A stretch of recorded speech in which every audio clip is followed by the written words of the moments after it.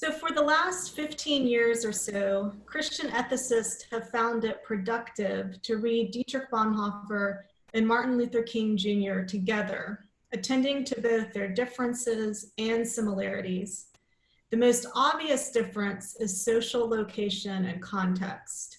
Bonhoeffer writes as a member of the privileged class under the Weimar Republic and then the Third Reich from 1927 to 1945, while King writes as one of the oppressed in the racially segregated American South from 1948 to 1968.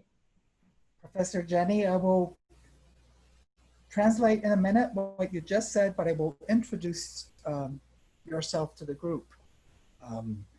Just say a little word about you. Professor Jennifer McBride, que fez PhD na Universidade de Virgínia, ela é professora no Seminário Teológico McCormick. E ela tem alguns livros escritos, como, por exemplo, Discipulado Radical, uma política litúrgica do Evangelho, também esse livro, A Igreja para o Mundo.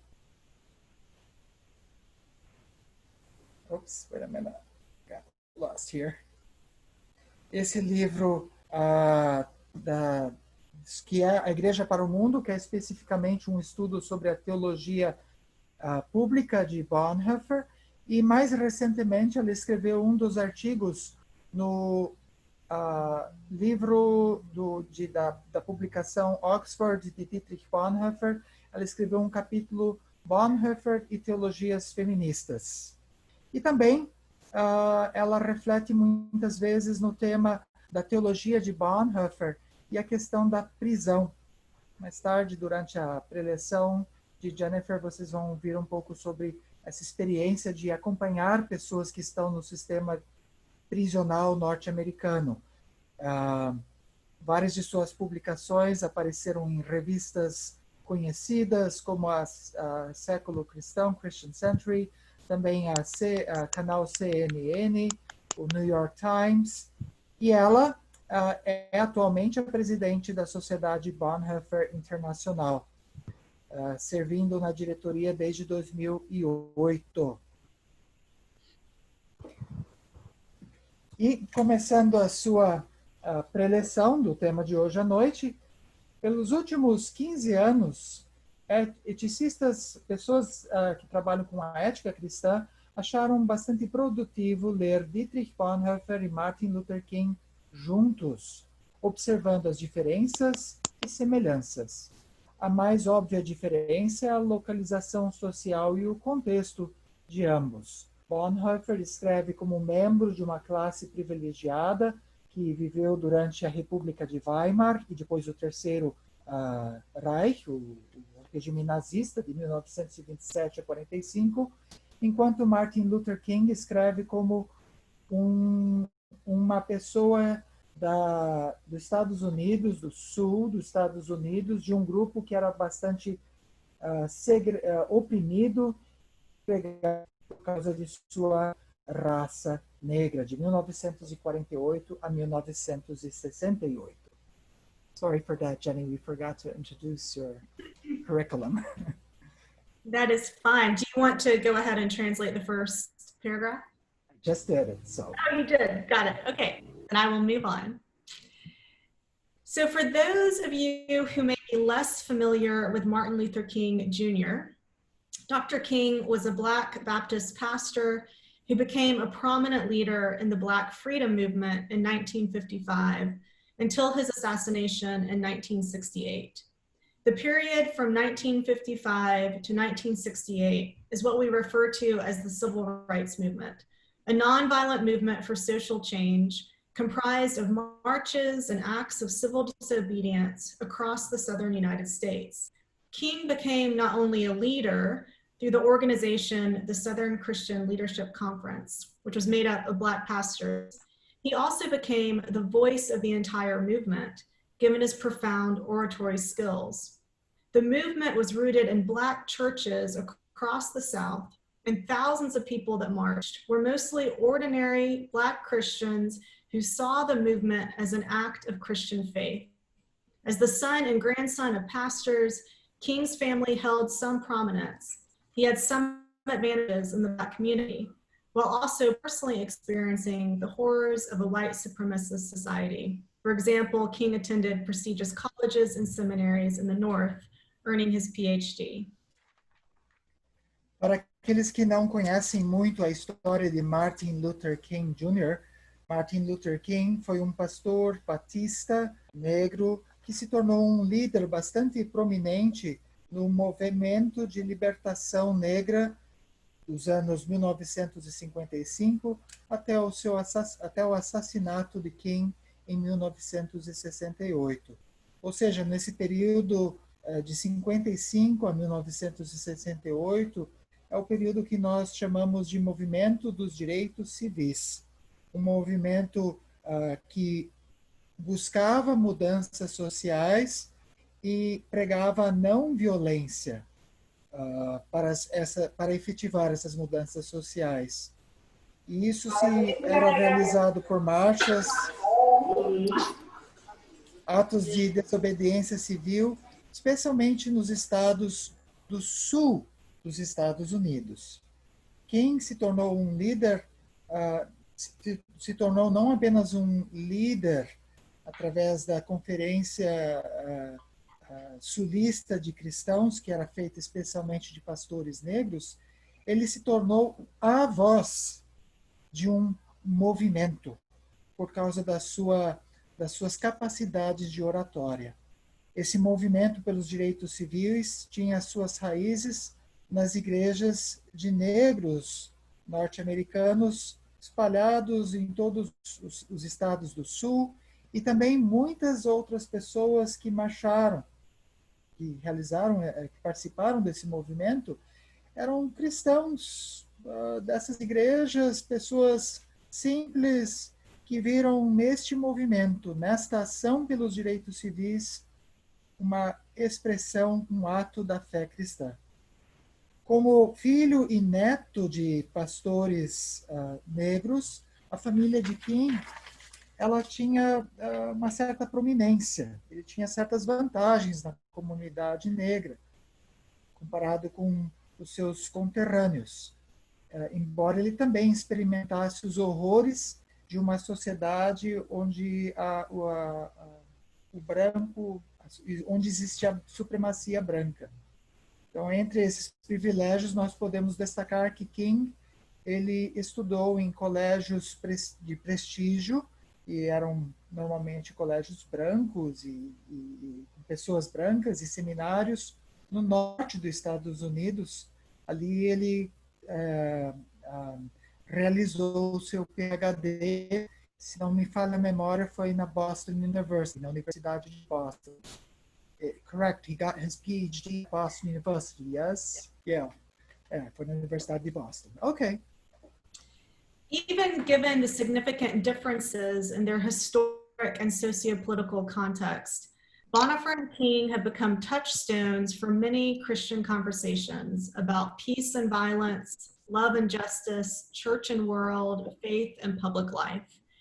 Both were Christian pastors, both earned doctorates in philosophical theology, and both penned most of their writing in the midst of social and political struggle.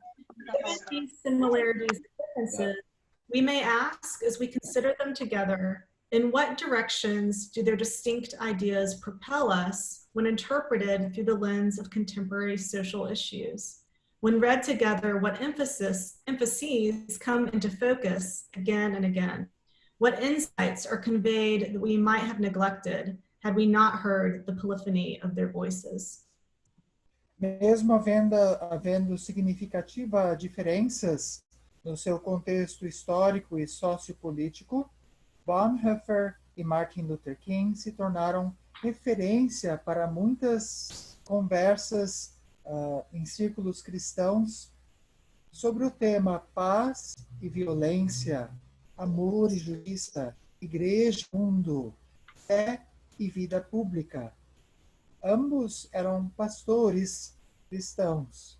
Ambos tinham doutorado em teologia filosófica e ambos escreveram os seus livros, os seus escritos, em meio a um intenso conflito político e social. Dada essas similaridades e diferenças, nós então consideramos em que direções as suas ideias distintas nos ajudam a interpretar as questões da nossa sociedade contemporânea, as questões sociais da nossa sociedade contemporânea. Quando lemos os dois, Martin Luther King e Bonhoeffer, que ênfases surgem de novo e de novo? Que perspectivas nós talvez estamos perdendo se não ouvirmos a polifonia de suas vozes?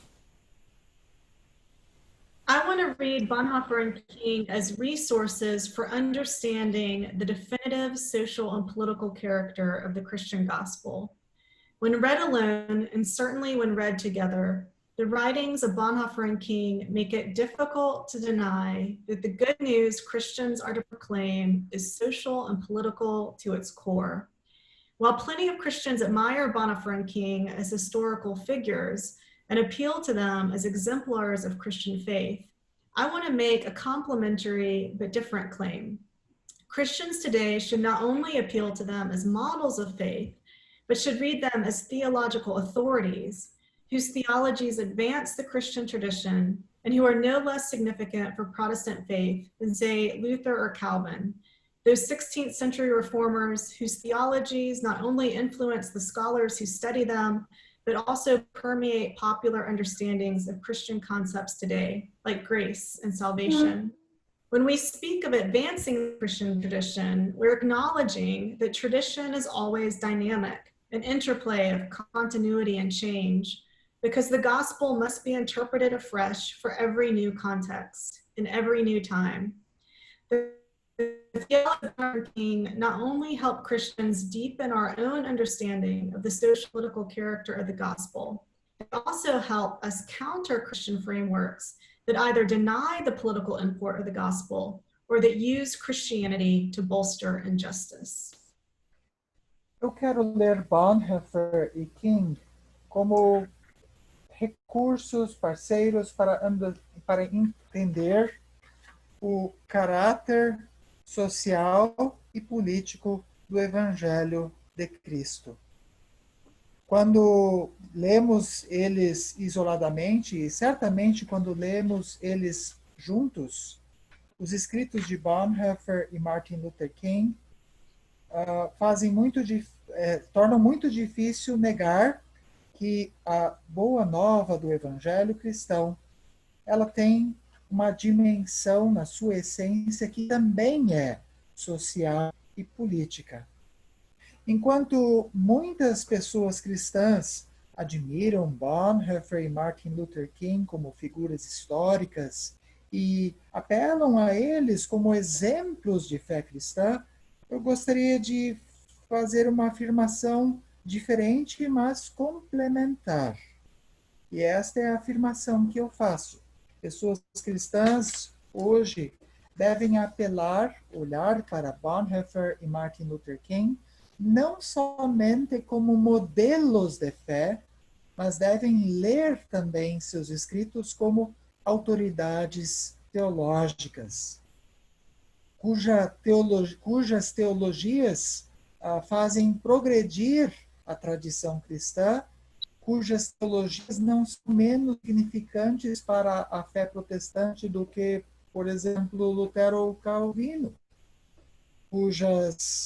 esses reformadores do século XVI, que foram bastante influentes, e ainda são, os pesquisadores estudam a sua teologia, a teologia de Lutero e Calvino, mas também na cabeça do cristão, no nível popular, as teologias de Calvino e Lutero continuam influenciando nos conceitos de salvação. Portanto, Bonhoeffer e Martin Luther King também têm algo muito relevante para acrescentar à nossa tradição cristã. E quando nós falamos em acrescentar, em no progresso da tradição cristã, nós estamos reconhecendo, é claro, que a tradição é sempre dinâmica. A tradição da fé, ela é um jogo entre continuidade e mudança. Isso porque o evangelho precisa ser interpretado sempre novo, num novo contexto, num novo tempo.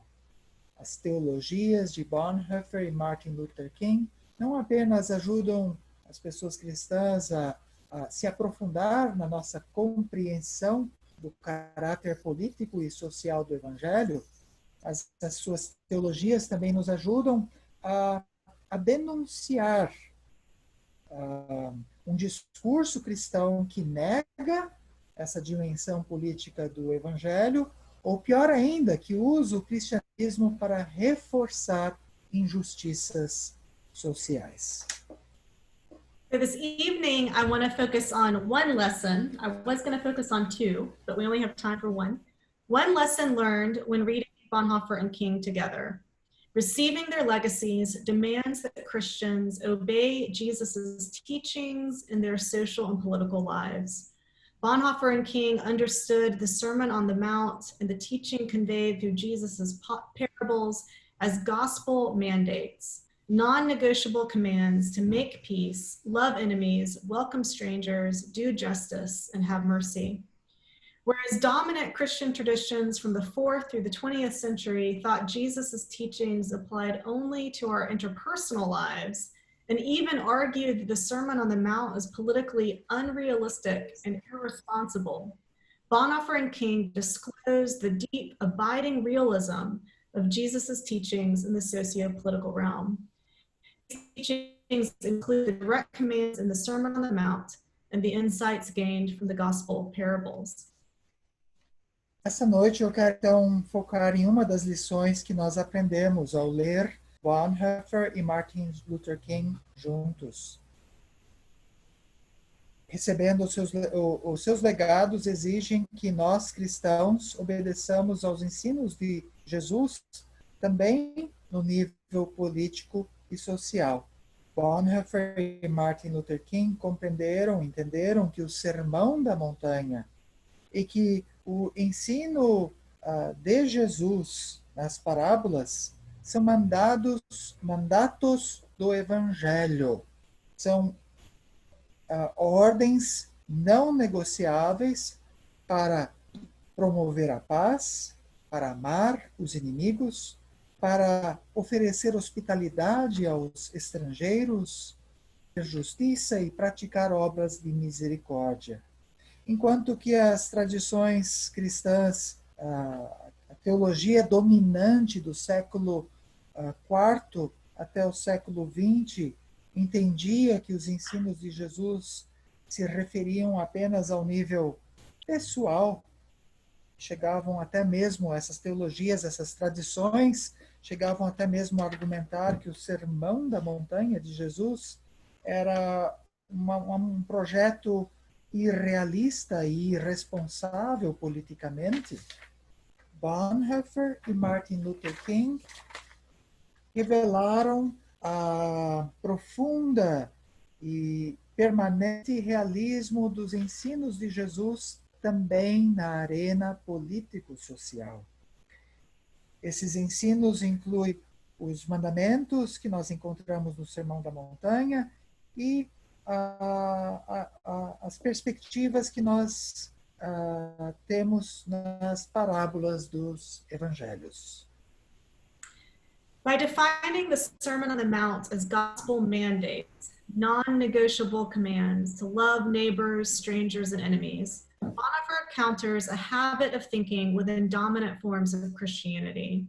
From the 4th through the 20th centuries, the majority of Western Christians have held the Sermon on the Mount does not apply to our social and political lives. Bonhoeffer's German Lutheranism was one such tradition that deemed adherence to the Sermon on the Mount in the political realm irresponsible and impractical. In 1929, fresh out of graduate school, he wrote a lecture that reflected the prevalent nationalistic Protestant thinking of his university training arguing that, quote, war and murder could be sanctified if done out of love for my people. It is the most serious misunderstanding, Bonhoeffer wrote, to turn the commandments of the Sermon on the Mount once again into a law by applying them literally to the present. A year later, while a postdoctoral fellow at Union Theological Seminary in New York, Bonhoeffer came to the opposing conclusion as a result of extensive conversation with a colleague, the French pacifist Jean Lecher. Bonhoeffer would later describe his turn towards the Sermon on the Mount as a great liberation. He described himself before this change as his own master, but the Bible, he said, especially the Sermon on the Mount, freed me from this. I'll pause there, even though it's not a paragraph, to let you go. Thank you. Ao definir o Sermão da Montanha como um mandamento do Evangelho, mandamento não negociável para amar próximos, os estrangeiros, os inimigos, Bonhoeffer estava se posicionando contra um pensamento dominante em sua época, pois do século IV ao século XX, a grande maioria dos cristãos no Ocidente assumiam que o Sermão da Montanha não se aplicava à nossa vida política e social. O luteranismo na Alemanha, no tempo de Bonhoeffer, era uma dessas tradições, que entendia, que julgava que a aderência ao Sermão da Montanha na realidade política era algo irresponsável e impraticável. Em 1929, assim que Bonhoeffer se graduou, eu acho que ele havia se formado como doutor, ele escreveu então uma preleção que refletia o pensamento nacionalista prevalente na época, na sua própria, que refletia o que ele aprendeu na universidade. E nesse escrito, chamado Questões Básicas da Ética Cristã, Bonhoeffer argumentou que guerra e assassinato poderiam ser santificados se fossem realizados em amor pelo meu povo. E Bonhoeffer então escreveu na época: é um grande erro tornar os mandamentos do Sermão da Montanha em lei ao aplicá-los literalmente ao tempo presente. Um ano mais tarde, enquanto Bonhoeffer era um estudante de pós-doutorado no Seminário Teológico Union em Nova York, Bonhoeffer chegou a conclusões bastante diferentes, na realidade totalmente opostas. E essa conclusão é resultado de uma conversa bastante extensa com um colega que também estava fazendo intercâmbio naquela faculdade teológica, o colega da França, o pacifista Jean Lasserre. Bonhoeffer, mais tarde, descreveu esta conversão, esta virada na sua vida em direção ao Sermão da Montanha como uma grande libertação. Ele, numa carta, ele escreveu que antes desta mudança ele era o seu próprio mestre, mas a Bíblia, especialmente o Sermão da Montanha, o libertou dessa condição. Jenny? In a 1935 letter to his brother, as the Nazi regime was in full swing, he similarly said, quote, "When I first started in theology, my idea of it was quite different, rather more academic. Now it has turned into something else altogether. But I do believe that at last I am on the right track for the first time in my life. I think that I'm right in saying that I would only achieve true inner clarity and honesty by really starting to take the Sermon on the Mount seriously. Here alone lies the force that can blow all this hocus pocus sky high. The restoration of the church will surely depend on a new kind of monasticism, which has nothing in common with the old, but a life of uncompromising discipleship, following Christ according to the Sermon on the Mount. I believe the time has come to gather people together to do this." 3 months later, after regretfully declining an invitation from Gandhi to visit him in India, Bonhoeffer was doing just that, directing the first seminary for the confessing church, forming pastors into resistors based on obedience to Jesus' calm commands, Sermon on the Mount. Em 1935, Bonhoeffer escreveu uma carta para o seu irmão. Naquele tempo, o regime nazista estava em pleno poder na Alemanha. E de um modo semelhante, Bonhoeffer escreveu, e aqui cito suas palavras: quando eu iniciei o estudo na teologia, minha ideia era bastante diferente, era mais voltado para a academia. Agora eu sou alguém, agora eu me voltei para algo totalmente diferente. Agora eu acredito que estou finalmente no caminho certo pela primeira vez na minha vida. Eu penso que que eu vou ter clareza e honestidade ao considerar com seriedade as palavras do Sermão da Montanha. Aqui está a força que simplesmente faz desaparecer toda essa magia que tem ao nosso redor. A restauração da igreja depende desse novo tipo de monasticismo, que não tem nada em comum com a vida velha, mas sim de discipulado irrestrito, seguindo a Jesus Cristo de acordo com o Sermão da Montanha. Eu acredito que o tempo chegou para reunir as pessoas em torno disto. E 3 meses mais tarde, Bonhoeffer tinha a oportunidade de visitar Gandhi na Índia. Infelizmente, ele declinou este convite, mas ele teve então a oportunidade de fazer algo novo, que foi dirigir um seminário, o primeiro seminário para a igreja confessante, treinando pastores para que se tornassem pessoas de resistência, baseada em obediência aos mandamentos concretos de Jesus, esses mandamentos que encontramos no Sermão do Monte.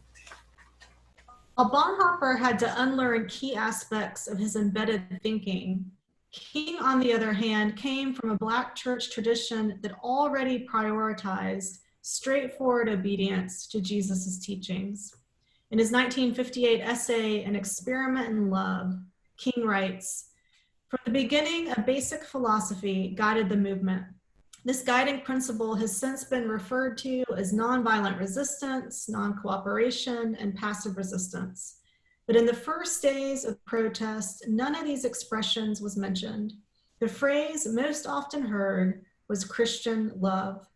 It was the Sermon on the Mount, rather than a doctrine of passive resistance, that initially inspired the Negroes of Montgomery to dignified social action. It was Jesus of Nazareth that stirred us to protest with the creative weapon of love.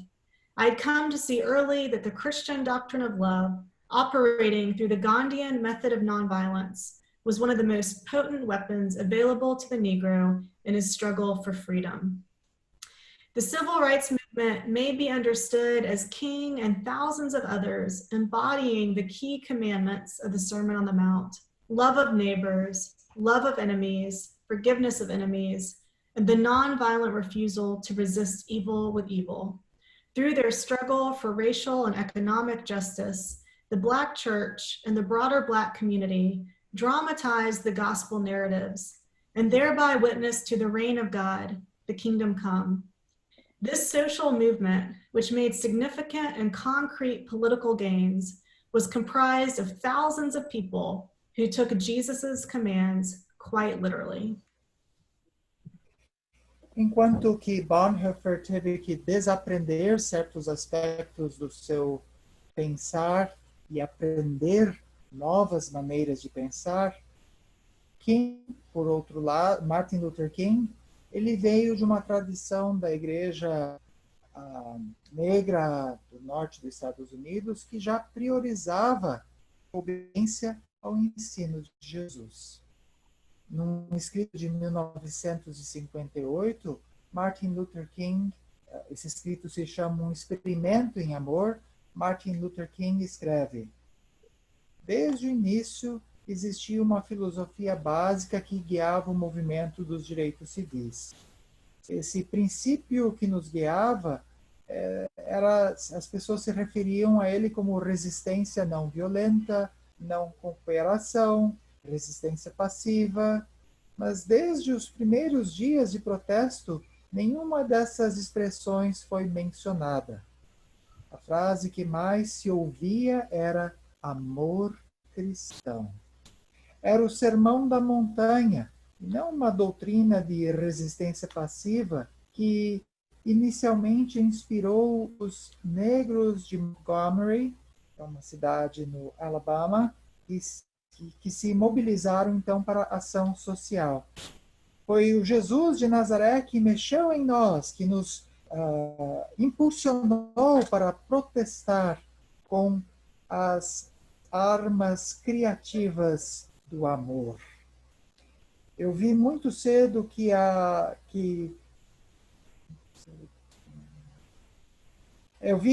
eu reconheci cedo que a doutrina do amor cristão, que também se fazia presente no método de não violência advogado por Gandhi, era uma das mais potentes armas disponíveis aos negros nesta luta pela liberdade.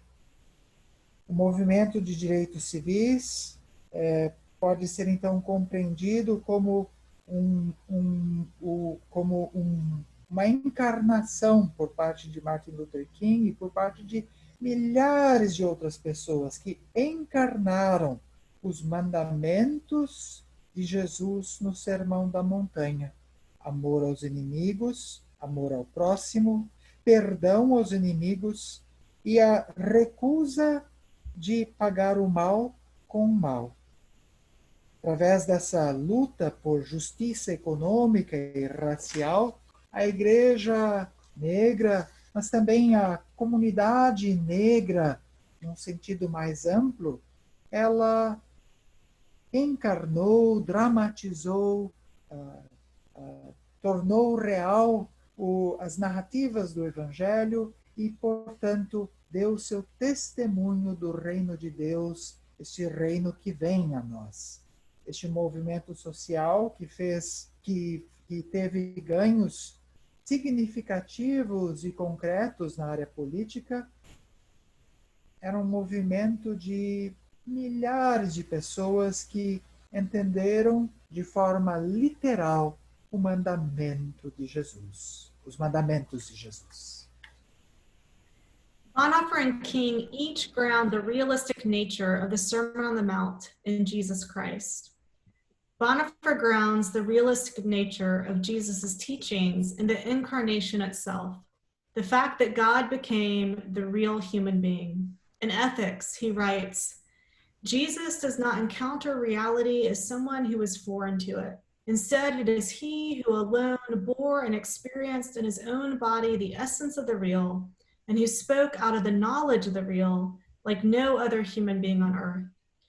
Bonhoeffer contends that as Christian disciples participate in Jesus' incarnate love and follow his peacemaking way, we find his hard sayings to make peace, love enemies, creatively resist evil, trustworthy and true for social and political life, because they arise out of a realistic knowledge of what it means to exist in a fallen world. The sayings of Jesus are the interpretation of his existence, Bonhoeffer writes. Bonhoeffer e Martin Luther King fundamentam a natureza realística do Sermão da Montanha em Jesus Cristo. Bonhoeffer fundamenta a natureza realística dos ensinos de Jesus na própria encarnação. O fato que Deus se tornou verdadeiramente ser humano. Na sua obra Ética, Bonhoeffer escreve: Jesus Cristo não encontra a realidade como alguém que é estranho a esta realidade. Pelo contrário, ele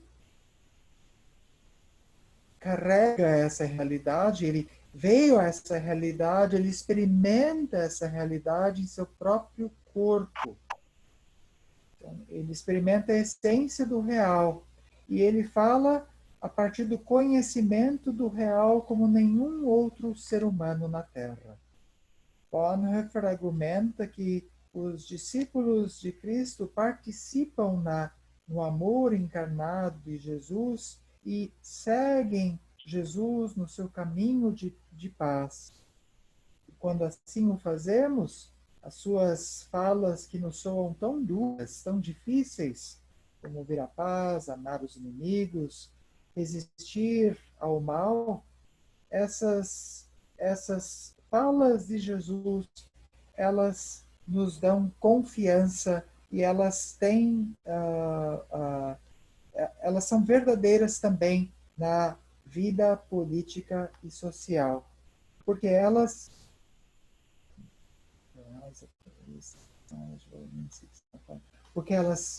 têm a sua origem num conhecimento realista do que significa existir no mundo caído. Os ditos de Jesus são interpretação da sua existência, escreve Bonhoeffer. Essa citação, desculpa pela citação, está no livro Ética, depois a gente pode compartilhar isso direitinho, mas é basicamente a encarnação de Jesus é o que ajuda o ser humano, nós cristãos e cristãs, a vivermos os ditos de Jesus. Thank you, Jenny. For King too, the commands in the Sermon on the Mount are realistic prescriptions for engaging dehumanizing and death-dealing powers. Jesus was not, quote, unmindful of the reality of evil, King says. In his sermon on loving one's enemies, he argues that gospel realism is based on the uniquely transformative power of love, a power that may transform relationships and social structures alike. Relationally, love is the only force capable of transforming an enemy into a friend, King says. We never get rid of an enemy by meeting hate with hate. We get rid of an enemy by getting rid of enmity. Love transforms with redemptive power. Structurally, love is realistic at its core because it interrupts the chain reaction of evil and violence that perpetuates harm. Returning hate for hate multiplies hate, adding deeper darkness to a night already devoid of stars, King writes. Darkness cannot drive out darkness, only light can do that. Hate cannot drive out hate, only love can do that. Hate multiplies hate, violence multiplies violence, and toughness multiplies toughness in a descending spiral of destruction. King concludes that Jesus' command to love the enemy neighbor is an ultimately inescapable admonition given the manner in which evil unfolds. Para Martin Luther King, os mandamentos do Sermão da Montanha também são prescrições realísticas para combater os poderes da morte, os poderes que dehumanizam as pessoas. Jesus não era ignorante da realidade do mal, King escreve. Num sermão de Martin Luther King, chamado Amando os Nossos Inimigos, Martin Luther King argumenta que o realismo do Evangelho é baseado unicamente no poder do amor que transforma. Um poder que transforma, que pode transformar relações, que pode transformar estruturas de relações entre as pessoas e estruturas sociais. Do ponto de vista relacional, assim escreve King, o amor é a única força capaz de transformar um inimigo num amigo. E Martin Luther King ainda escreve, nós nunca nos livramos de um inimigo indo ao encontro dele com ódio, ou seja, ódio contra ódio. Nós nos livramos de um inimigo quando nos livramos da inimizade. O amor transforma com um poder salvífico. Do ponto de vista estrutural, o amor é um ato, o amor é também algo realizável, porque interrompe a reação em cadeia do mal e da violência que traz tanto sofrimento.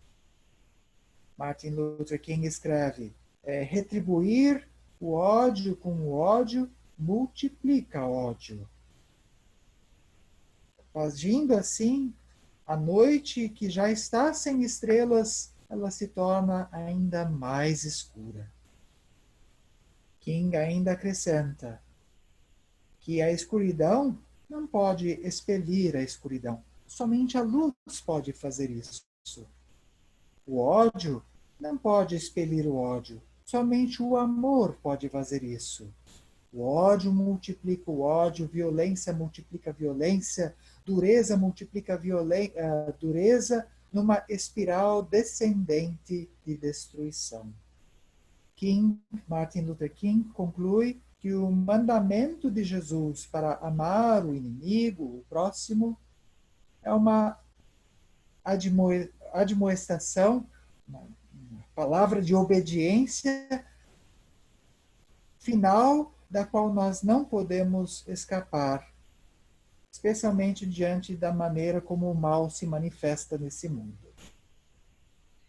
Although appeals to love are sometimes deemed sentimental and naive, King's commitment to God's revolutionary power is driven, as we just heard, by realistic thinking about the entrenched nature of evil in this world. In his sermon, The Death of Evil on the Seashore, King says that there is, quote, something about evil that we must never forget, namely that evil is recalcitrant and determined and never voluntarily relinquishes its hold, short of persistent, almost fanatical resistance. From 19th century slave abolitionist Frederick Douglass, he learned the importance of that resistance. If there is no struggle, there is no progress. Power concedes nothing without a demand.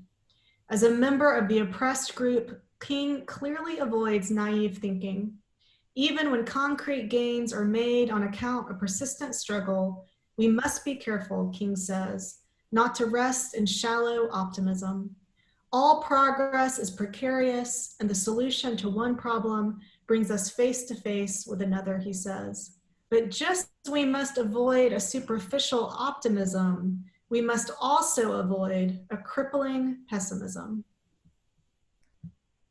Apesar de que apelos ao amor muitas vezes são considerados algo sentimental, simplista, o compromisso de Martin Luther King para o poder revolucionário de Deus é movido justamente por uma visão bastante realista da natureza do mal neste mundo.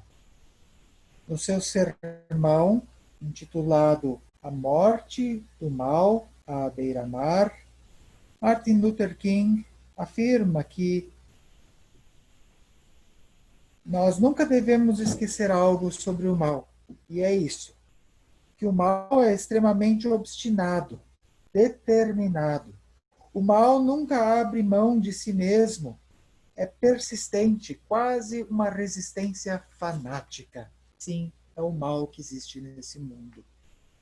E ainda, Martin Luther King aprendeu de um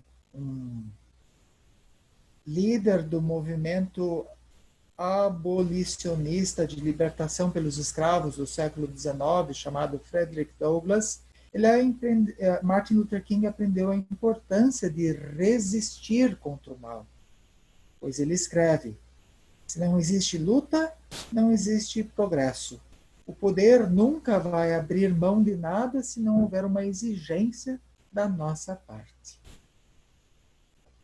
King, que era membro de um grupo bastante oprimido nos Estados Unidos, ele então evita um pensamento superficial a respeito do mal. Mesmo que houvesse ganhos concretos nessa luta constante, King ainda diz, ele escreve que nós devemos ser cautelosos. Não podemos descansar num optimismo superficial. Todo o progresso que nós realizarmos é precário. E muitas vezes a solução que nós encontramos para um problema nos traz face a face com outro problema. Mas, King ainda acrescenta, assim como devemos evitar um otimismo superficial, também precisamos evitar um pessimismo que nos deixa paralisados. In his sermon, The Answer to a Perplexing Question, King locates his pessimism in certain doctrines about human nature that emphasize human sinfulness at the expense of human response and responsibility. Without a firm sense that we can respond to evil in constructive ways and take responsibility for this world, Christians wait passively on God to cast evil out, believing that in God's own good time, God alone will redeem the situation. This was the sentiment expressed by white moderates who told King that although they theoretically supported integration, they believed it would not come, quote, until God wants it to come. Outro sermão de Martin Luther King, intitulado A Resposta para uma Questão Perplexa, King, ele percebe que existe um pessimismo em certas doutrinas que falam sobre a natureza, certas doutrinas a respeito da natureza humana, que enfatizam o pecado humano e negligenciam a resposta e responsabilidade humana diante de Deus. E dentro dessa perspectiva, muitas vezes as pessoas negligenciam uma resposta construtiva diante do mal, ou também afirmar sua responsabilidade pelo mal neste mundo. Desta feita, os cristãos esperam pacientemente para Deus retirar o mal, crendo que no seu tempo certo Deus vai nos salvar desta situação de mal e sofrimento. Este era o sentimento, o pensamento de muitas pessoas brancas, consideradas aquelas moderadas, que teoricamente apoiavam o movimento de direitos civis, que apoiavam aquilo que Martin Luther King advogava, mas elas acreditavam que era necessária moderação, porque Deus vai fazer as coisas acontecerem. A mudança vai acontecer quando Deus quiser. Jenny? Sharing King's critique of a passive and functionally fatalistic faith, Bonhoeffer writes from prison that being Christian today demands two things: prayer and doing justice among human beings. In an essay in which he reflects on a decade of resistance to the Nazi regime, Bonhoeffer writes, "I believe that God is no timeless fate, but that he waits for and answers sincere prayers and responsible action." De modo semelhante a Martin Luther King, Bonhoeffer também fez uma crítica a essa fé fatalista e passiva. Nos seus escritos da prisão, Bonhoeffer escreveu que se exige duas coisas dos cristãos hoje: oração e a promoção de justiça entre os seres humanos. No seu escrito 10 anos depois, no qual ele reflete esses 10 anos de resistência contra o regime nazista, Bonhoeffer escreve: "Eu acredito que Deus não é um destino atemporal, mas que Deus espera e responde às orações sinceras. Também Deus espera e responde à ação responsável por parte dos seres humanos. Jenny. Bonhoeffer and King agree that the real weakness of passive faith is its false understanding of both God and human beings. The God of the Bible is not a distant figure who casually takes God's time. Neither are human beings helpless creatures who can do nothing but wait on God.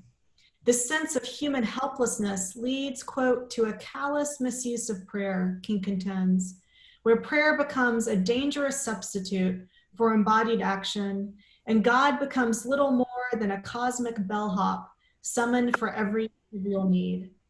King's bellhop imagery conjures up images of Bonhoeffer's God of the Gaps, the deus ex machina figure in ancient plays, who descends on scenes of human complacency at just the right moment, delivering human beings from consequences of our own sinful making. Instead of presuming that God will clean up the mess we have carelessly made, Bonhoeffer says that responsible human beings, in contrast, try to make their whole lives nothing but a response to God's question and call. God calls for divine human cooperation, King says, through which human beings become the instrument of God as we pray earnestly and work diligently by offering up concrete acts that embody the good news of the promises of God. Bonhoeffer e Martin Luther King concordam que a verdadeira fraqueza da fé passiva, o ponto fraco da fé passiva é essa concepção falsa, essa percepção falsa de Deus e dos seres humanos. O Deus da Bíblia não é uma figura distante que casualmente aparece no tempo de Deus. Nem os seres humanos são criaturas e não podem fazer nada a não ser esperar por Deus. Esse senso falso de ser humano que está aí inerte, sem poder se ajudar, é um uso errado da oração, escreve Martin Luther King, onde a oração se torna um substituto perigoso da ação encarnada. E Deus se torna nada mais do que um ajudante cósmico que é chamado quando precisamos de ajuda para nossas trivialidades. Esta imagem de Deus que Martin Luther King descreve, uma imagem de um ajudante cósmico, ela de certa forma nos lembra a imagem que Bonhoeffer nos traz do Deus das lacunas. Bonhoeffer cita isso nos seus escritos Cartas da Prisão. No teatro antigo, Deus era imaginado como o Deus ex machina, Deus das lacunas, que desce, entra em cena quando o ser humano está inerte, passivo, sem poder resolver os seus problemas. Deus entra em cena no momento certo, salvando os seres humanos das suas consequências e dos seus pecados. Ao invés de pensar que Deus simplesmente vai resolver os nossos problemas, que nós fizemos que nós produzimos de forma irresponsável, Bonhoeffer argumenta que o ser humano é um ser responsável e que a nossa vida inteira é nada, a não ser uma resposta para a pergunta e o chamado de Deus. É Deus nos chamando, é Deus nos perguntando, para que nós possamos ter uma vida responsável. Deus nos chama para uma cooperação entre seres humanos e Deus, escreve King, através da qual nós, seres humanos, somos instrumentos, orando com sinceridade, trabalhando diligentemente para realizar atos concretos que encarnam a boa nova da promessa de Deus.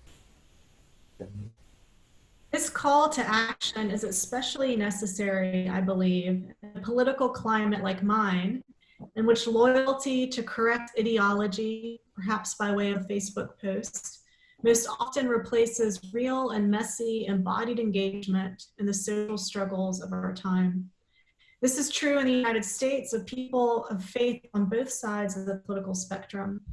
Throughout his corpus, Bonhoeffer critiques ideology and its cousin, moralism, and contrasts loyalty to ideology with true discipleship. Jesus is not an idea to be integrated into a human knowledge system, Bonhoeffer argues, but is a person whom we only know by obeying his commands. In his book, Discipleship, Bonhoeffer offers what I imagine as a piercing challenge to anyone who identifies as a Christian. He writes, from the human point of view, there are countless possibilities of understanding and interpreting the Sermon on the Mount. Jesus knows only one possibility: simply go and obey. Do not interpret and apply, but do it and obey. We are simply to begin acting.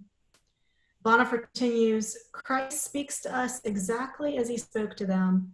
For the first disciples of Jesus, it was also not as if they first recognized him as the Christ and then received his commandment.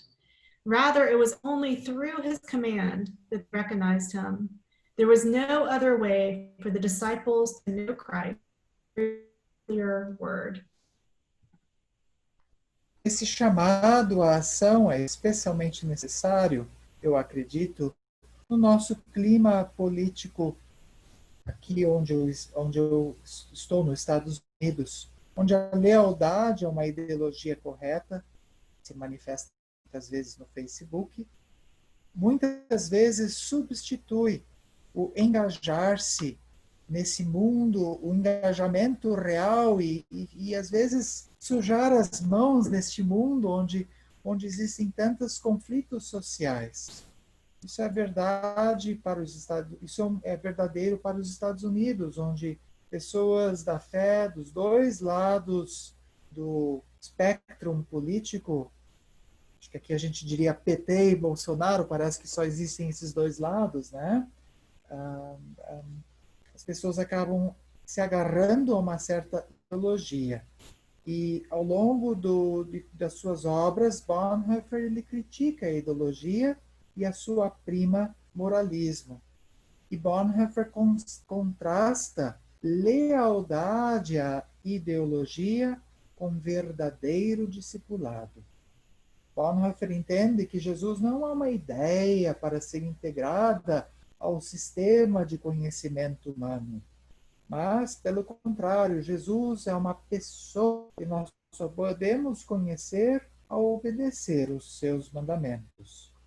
No seu livro Discipulado, Bonhoeffer oferece o que eu entendo ser um grande desafio para qualquer pessoa que se identifica como seguidora de Jesus.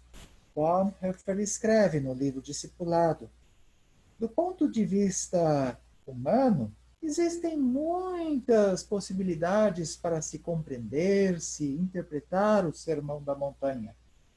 Jesus, entretanto, conhece apenas uma possibilidade: vá e me obedeça.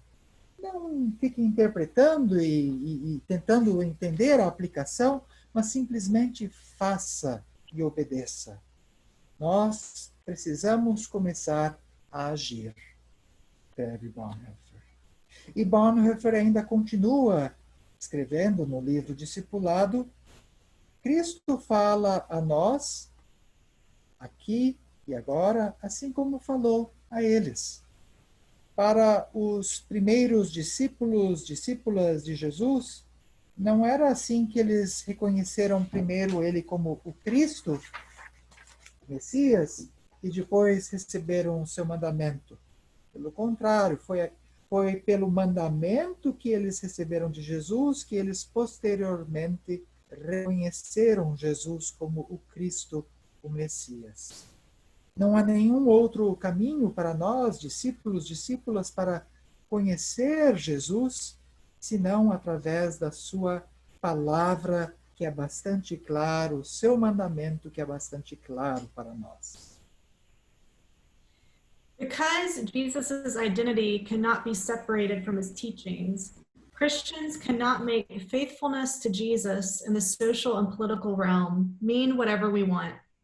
Jesus embodies and proclaims the reign of God, a reign that has specific content and is marked by specific practices articulated through his gospel commands.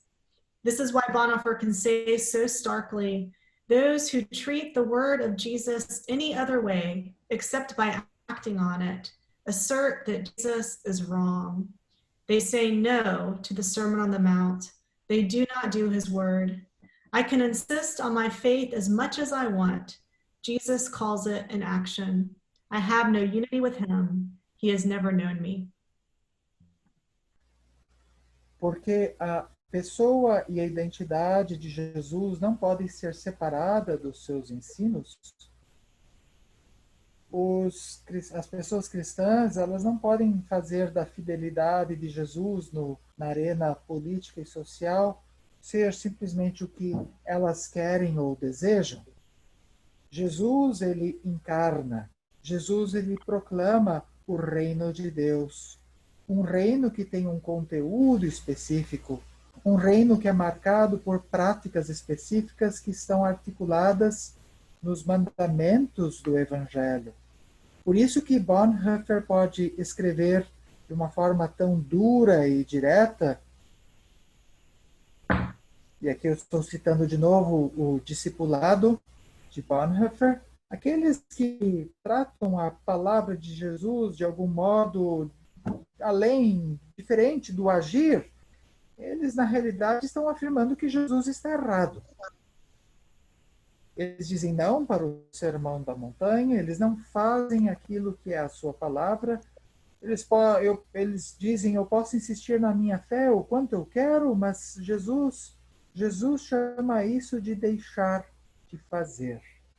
Jesus diz para essas pessoas que não agem, que contestam a palavra de Jesus, eu não tenho nenhuma unidade com ele ou com ela, essa pessoa não me conhece. Que termina a citação do discipulado. In order to further flesh out Bonhoeffer and King's commitment to the political significance of Jesus' teachings, I want to examine the complementary ways each executes the parable of the Good Samaritan in Luke 10. The passage cited above are part of Bonhoeffer's exegesis. In another section of the book, Discipleship, he addresses the Samaritan story more directly.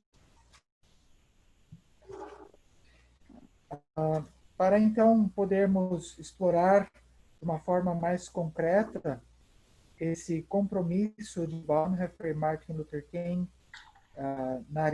os ensinos de Jesus na arena política, eu, Jenny, gostaria agora de examinar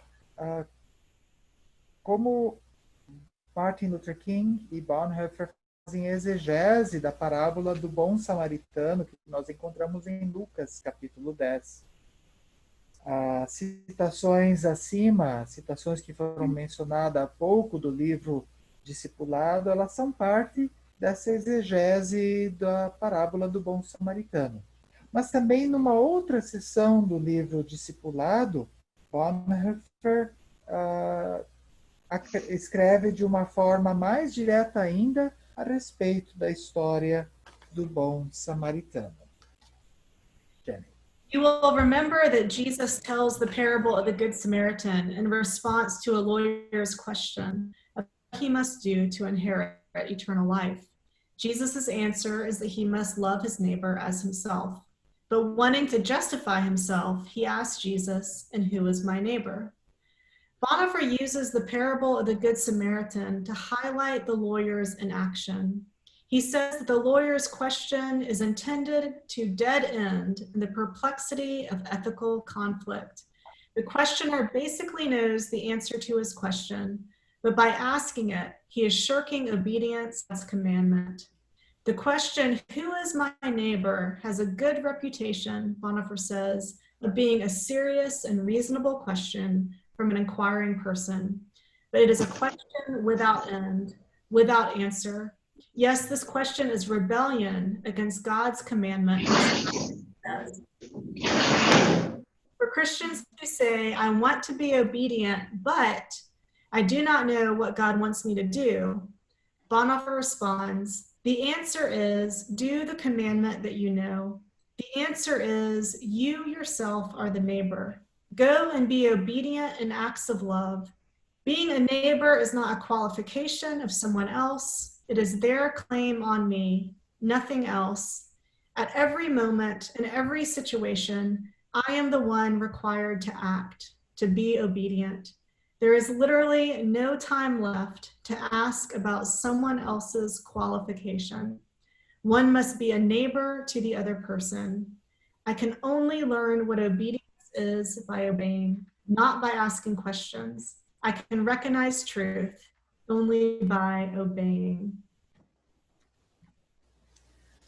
Vocês certamente se lembram que na parábola do bom samaritano, Jesus conta esta parábola para responder à pergunta de um doutor da lei sobre o que ele deveria fazer para herdar a vida eterna. E a resposta de Jesus é que ele deve amar o seu próximo como a si mesmo. O texto bíblico ainda diz: mas querendo se justificar a si mesmo, o doutor da lei perguntou a Jesus: e quem é o meu próximo? Bonhoeffer então usa a parábola do bom samaritano para destacar essa não ação do doutor da lei, essa inaction, essa não atividade do doutor da lei. Ele diz que a pergunta do doutor da lei, a sua intenção é uma rua sem saída, de um conflito ético. Aquele que pergunta basicamente sabe a resposta para a sua questão, mas ao fazer a pergunta, ao levantar a pergunta, ele está, na realidade, fugindo de obedecer ao mandamento de Deus. A questão, quem é o meu próximo?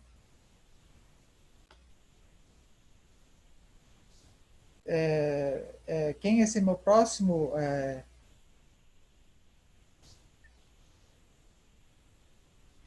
uma questão sem fim, sem resposta. É uma questão de rebelião contra o próprio Deus. Pois para os cristãos que dizem, eu quero ser obediente, mas eu não sei o que Deus quer de mim, Bonhoeffer responde, aqui eu vou citar então o discipulado. Bonhoeffer responde para esses cristãos que dizem, eu quero ser obediente, mas não sei como ser obediente. A resposta é, faça, cumpra o mandamento que você conhece. A resposta é, você mesmo é o próximo. Vá e seja obediente em atos de amor.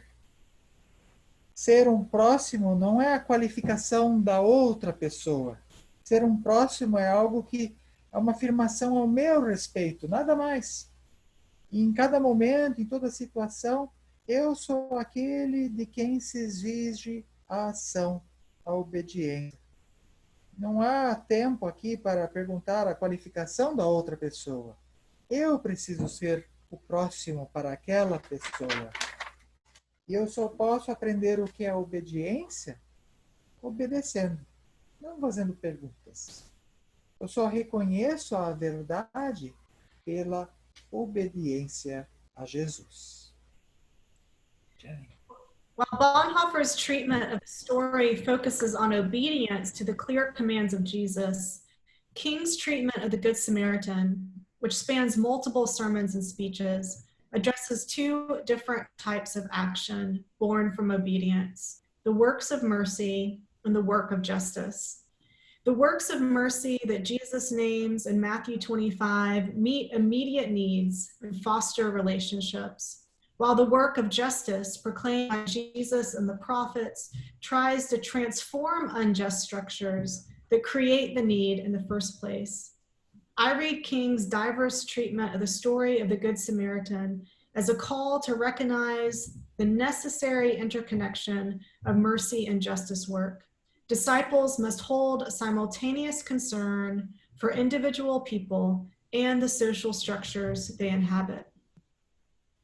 Enquanto que Bonhoeffer aborda a história do bom samaritano do ponto de vista de obediência aos mandamentos de Jesus, a abordagem de Martin Luther King, a história do bom samaritano, é uma abordagem que nós podemos ler em vários sermões e discursos. Essa abordagem, ela enfoca dois tipos de ação que nascem da obediência a Jesus. Esses dois tipos de ação, para quem são as obras de misericórdia e a obra da justiça. As obras de misericórdia são aquelas que Jesus menciona no capítulo 25 de Mateus, que vai ao encontro das necessidades de uma pessoa, que alimenta e fortalece relacionamentos, enquanto que a obra da justiça proclamada por Jesus e pelos profetas, esta obra de justiça quer transformar estruturas injustas que criam essa necessidade na vida das pessoas em primeiro lugar. Então eu entendo que a abordagem de Martin Luther King, a história do bom samaritano, é um chamado para reconhecer a conexão que existe entre obra de misericórdia e obra de justiça. Nós, discípulas de Jesus, devemos ter uma preocupação simultânea com as pessoas a nível individual, mas também uma preocupação com as estruturas sociais em que essas pessoas se encontram. Jenny. At the sanitation strike on the eve of his assassination, in poignantly prophetic words that speak to his own decision to come to Memphis, he highlights the need for costly, personal, that is bodily engagement.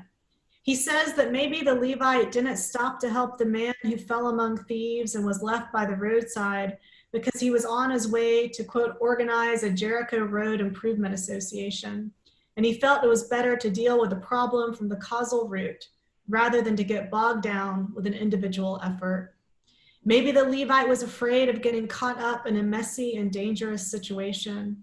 And so the first question the Levite asked was, if I stop to help this man, what will happen to me?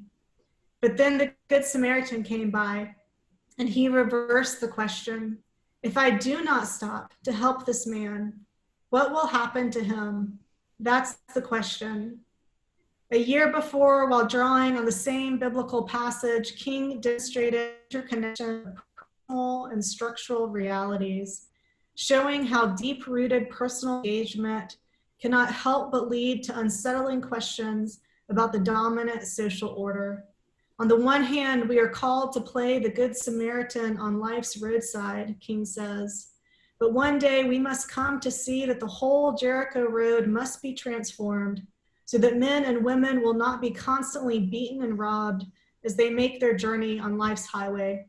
True compassion is more than flinging a coin at a beggar. It is not haphazard and superficial. It comes to see that the edifice which produces beggars needs restructuring. Given the intertwined nature of all injustice, King called for a radical restructuring of American society. Protesto em favor do saneamento básico na cidade de Memphis, a cidade onde King, um certo tempo mais adiante, seria assassinado. Durante esse protesto em favor do saneamento, Martin Luther King falou palavras proféticas bastante intensas, destacando a necessidade do custo pessoal, um custo até mesmo corporal para se engajar em favor das pessoas.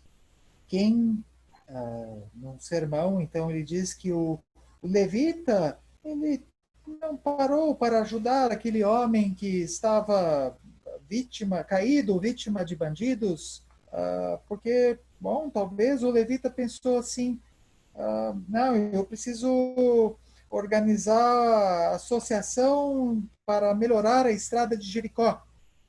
E aquele levita talvez pensou consigo mesmo, eu tenho que resolver o problema que está a raiz do problema. Não vou agora me abaixar e ficar aqui preso com essa questão individual. Talvez o levita tinha medo de ficar preso numa situação perigosa e messy, uma situação que poderia trazer bagunça, atolado naquela situação. Então, a primeira pergunta que o levita faz para si mesmo é: se eu parar para ajudar esse homem, o que vai acontecer comigo? Essa é a pergunta do levita. Mas aí, Martin Luther King continua com a sua exposição dessa parábola, aí surge o bom samaritano. E o bom samaritano, ele muda a pergunta. Se eu não parar para ajudar este homem, o que vai acontecer com ele? E é justamente essa a questão. Um ano antes, também falando dessa mesma passagem bíblica, quem demonstrou a conexão que existe entre as realidades pessoais e de estrutura social, demonstrando que o engajamento pessoal muitas vezes também nos levanta, nos faz questionar a ordem social dominante.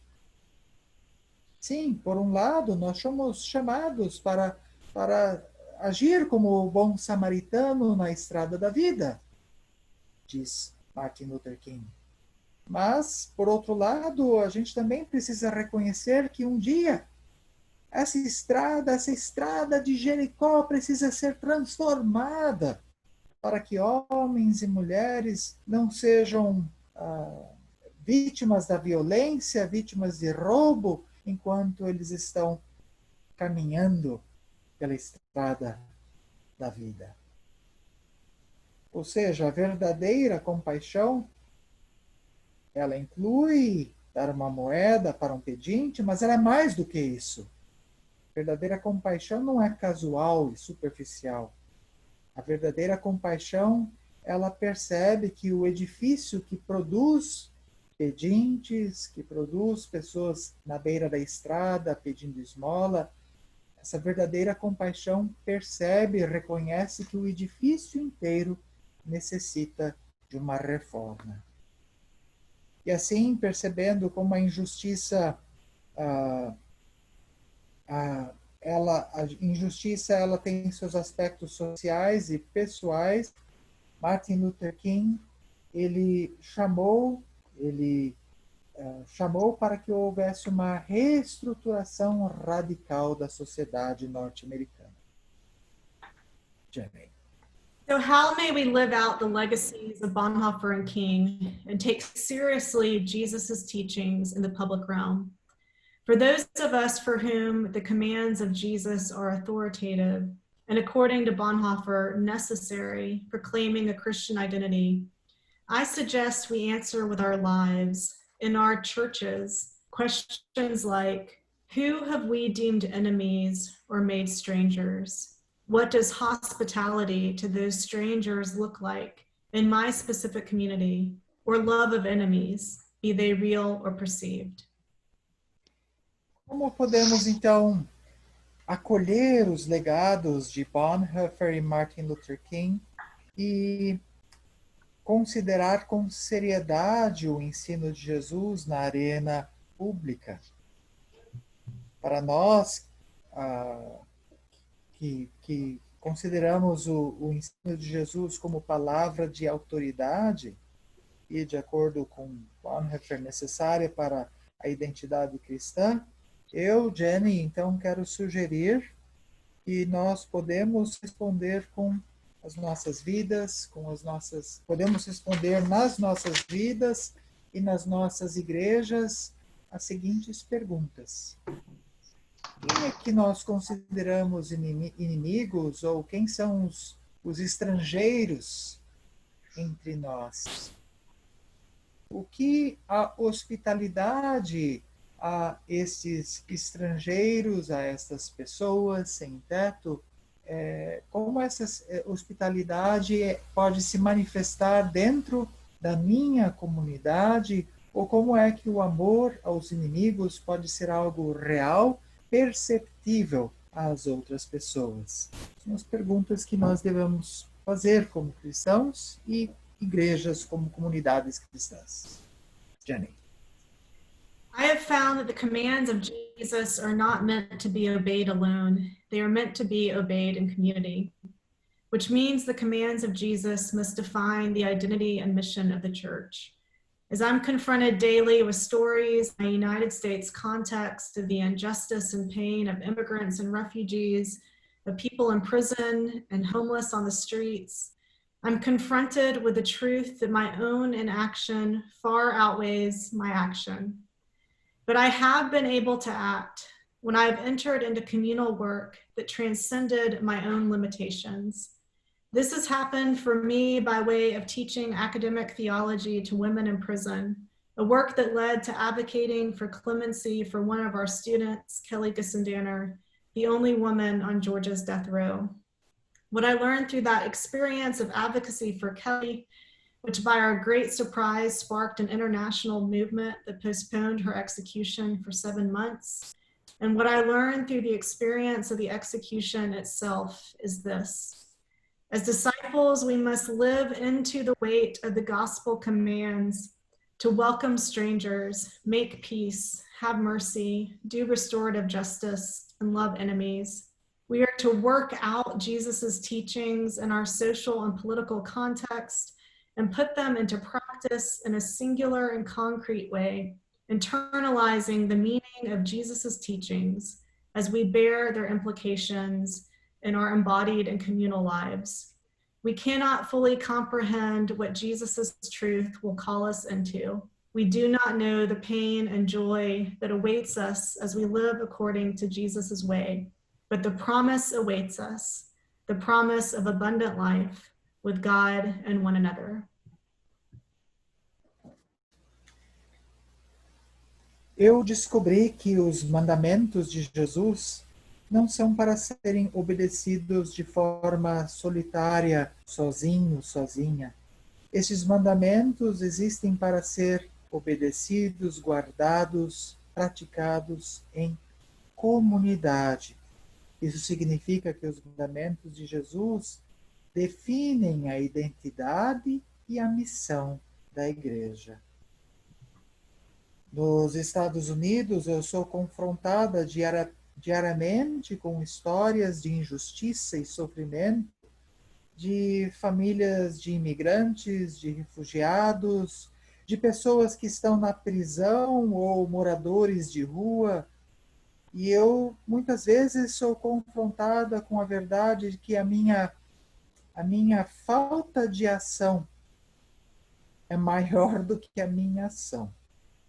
Muitas vezes me sinto incapaz de responder diante dessas grandes demandas. Mas também descobri que quando me envolvo no trabalho comunitário, aí eu consigo transcender as minhas próprias limitações. Isso aconteceu para mim, Jenny, ao sair do ambiente acadêmico onde eu ensino teologia e ensinar teologia para mulheres na prisão. Um trabalho que, inclusive, me levou a advogar por clemência por uma de nossas estudantes, Kelly Gissendanner. Kelly Gissendanner era no estado de Georgia. Ela era a única mulher que estava na prisão e que estava no corredor da morte. Então, a Jenny e mais algumas pessoas trabalharam para que houvesse um voto de perdão, um voto de clemência que poupasse a vida de Kelly. O que eu aprendi através dessa experiência de lutar em favor, advogar em favor de Kelly, e, para nossa surpresa, essa luta em favor de Kelly impulsionou um movimento internacional que prolongou a sua execução, a sua vida por mais 7 meses. Eventualmente ela foi executada. Mas o que eu aprendi através dessa experiência de uma execução penal, pena de morte, é isto. Como discípulas e discípulos de Jesus, nós temos que viver dentro deste evangelho que tem um grande peso de responsabilidade sobre nós, dar boas-vindas aos estranhos, promover a paz, promover a misericórdia, fazer ou praticar a justiça restaurativa, amar os inimigos. Temos que trabalhar, realizar os ensinos de Jesus também no nosso contexto político e social e colocar isso de uma forma bem singular e concreta, internalizando nas nossas próprias vidas o significado do ensino de Jesus no nosso próprio corpo, na nossa própria vivência de comunidade. Nós não podemos compreender qual é verdadeiramente qual é o chamado que Jesus tem para nós. Nós talvez não compreendemos ainda qual é o chamado que Jesus tem para nós, a verdade que nós vamos aprender, nós não conhecemos a dor, a alegria que nos espera ao vivermos de acordo com o caminho de Jesus, mas a promessa nos aguarda, a promessa de vida abundante com Deus e vida abundante com o próximo. What I hope to have shown in this lesson is that reading Bonhoeffer and King together makes it hard to deny the centrality of the Sermon on the Mount in public life, particularly in a society plagued by injustice. Against the dominant logic of Western Christianity, which has told Christians to blatantly ignore the teachings of their Lord, Bonhoeffer and King proclaim that Jesus wanted his teachings to be obeyed, precisely in the social and political realm. Thank you.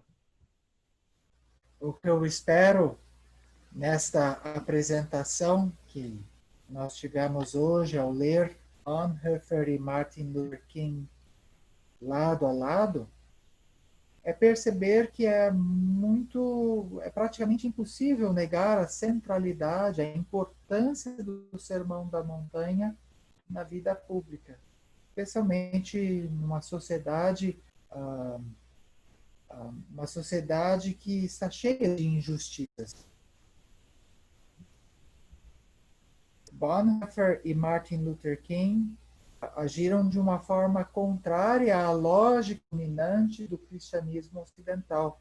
Essa lógica dominante que muitas vezes disse às pessoas cristãs para ignorar a simplicidade e ignorar a palavra direta do seu Senhor Jesus. Bonhoeffer e Martin Luther King, com ousadia, proclamaram que Jesus espera que os seus ensinos sejam obedecidos. E isso inclui precisamente e especialmente a realidade política e social. Obrigado. Thank you, Alexander. Thank you. There's an Italian motto that says traduttore traitore. I hope I managed to convey your words the best in Portuguese. Tem um ditado que diz em italiano, tradutor é sempre traidor, né? Então eu espero ter comunicado da melhor forma possível os ensinos de Jennifer essa noite.